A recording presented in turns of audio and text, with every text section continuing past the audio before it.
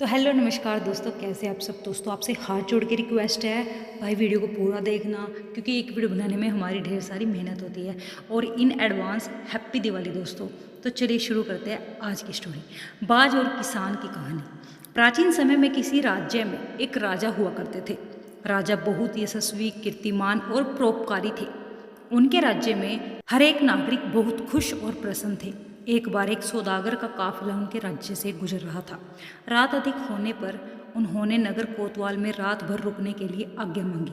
सुरक्षा की दृष्टि से पहले तो नगर कोतवाल ने उनको मना कर दिया, परंतु फिर गहरी अंधेरी रात, ठिठुरती सर्दी को देखकर उसको सौदागर पर दया आ गई और उसने उन्हें रात गुजारने की आज्ञा दे दी। सुबह जब सौदागर चलने को तैयार हुआ तो उसने अपने साथ रखे हुए 2 बाज के छोटे छोटे बच्चों को नगर कोतवाल की दयालुता के कारण उन्हें भेंट कर दिए। कोतवाल उन बाज के दोनों सुंदर मनोहरी बाज के बच्चों को देखकर बहुत प्रसन्न हुआ जा रहा था। और हो भी क्यों ना, दोनों बाज के बच्चे थे इतने सुंदर। उसने सोचा राजा साहब इन्हें देखकर बहुत खुश होंगे। यह विचार करके उसने वह दोनों बाज के बच्चे राजा साहिब के सप्रेम भेंट कर दिए। राजा भी उन दोनों बाज के बच्चों को देखकर बहुत खुश हुए। दोनों बाज के बच्चे बहुत उच्च नस्ल के प्रतीत होते थे। देखने में दोनों बाज बहुत ही शानदार थे। जो भी उन्हें देखता बस देखता ही रह जाता था। इसके पश्चात राजा साहब ने इनाम स्वरूप नगर कोतवाल को स्वर्ण मुद्राएं प्रदान की। नगर कोतवाल वहां से चला गया। इसके बाद राजा ने उन दोनों बाज के बच्चों की देखभाल के लिए एक व्यक्ति नियुक्त कर दिया। कुछ महीनों बाद अचानक राजा को उन दोनों प्यारे प्यारे छोटे बाज के बच्चों की याद आई, तो वे अपने मंत्री के साथ उस जगह चले गए जहां उन बाज के बच्चों को पाला जा रहा था। वहां पहुंचते ही बाज के बच्चों का पालने वाले व्यक्ति ने उनका आदर सत्कार किया और राजा के कहने पर उन दोनों बाज के बच्चों को राजा साहब के सामने लेकर आया। कुछ महीनों में वह दोनों बाज के बच्चे काफ़ी बड़े हो गए थे। तब राजा ने कहा, हमें इनकी उड़ान देखनी है। इस पर बाज पालने वाले व्यक्ति ने कहा, जो आज्ञा महाराज। इतना कहकर उस व्यक्ति ने बाजों को इशारा किया और पलक झपकते ही दोनों बाज बिजली की तीव्र गति से उड़ान भरने लगे। राजा साहब उन्हें बहुत बारीकी से देख रहे थे। एक बाज तो आसमान की ऊंचाइयों को छू रहा था और दूसरा बाज कुछ ऊपर जाकर वापस उसी डाली पर आकर बैठ गया जहां से उसने उड़ान भरना शुरू की थी। ये देखकर महाराज कुछ आश्चर्य में पड़ गए कि ऐसा कैसे हो सकता है कि एक बाज तो आसमान की बुलंदियों को छू रहा है और दूसरा बाज उसी डाल पर वापस आकर बैठ गया। ये क्यों नहीं उड़ना चाह रहा है? राजा ने यह सवाल उस बाज की देखभाल करने वाले व्यक्ति से कहा, क्या बात है, यह दूसरा बाज उड़ क्यों नहीं रहा? हाँ महाराज, यह बाज शुरुआत से ही ऐसा है। इसके साथ यही समस्या है कि वो इस पेड़ की डाल को छोड़ता ही नहीं।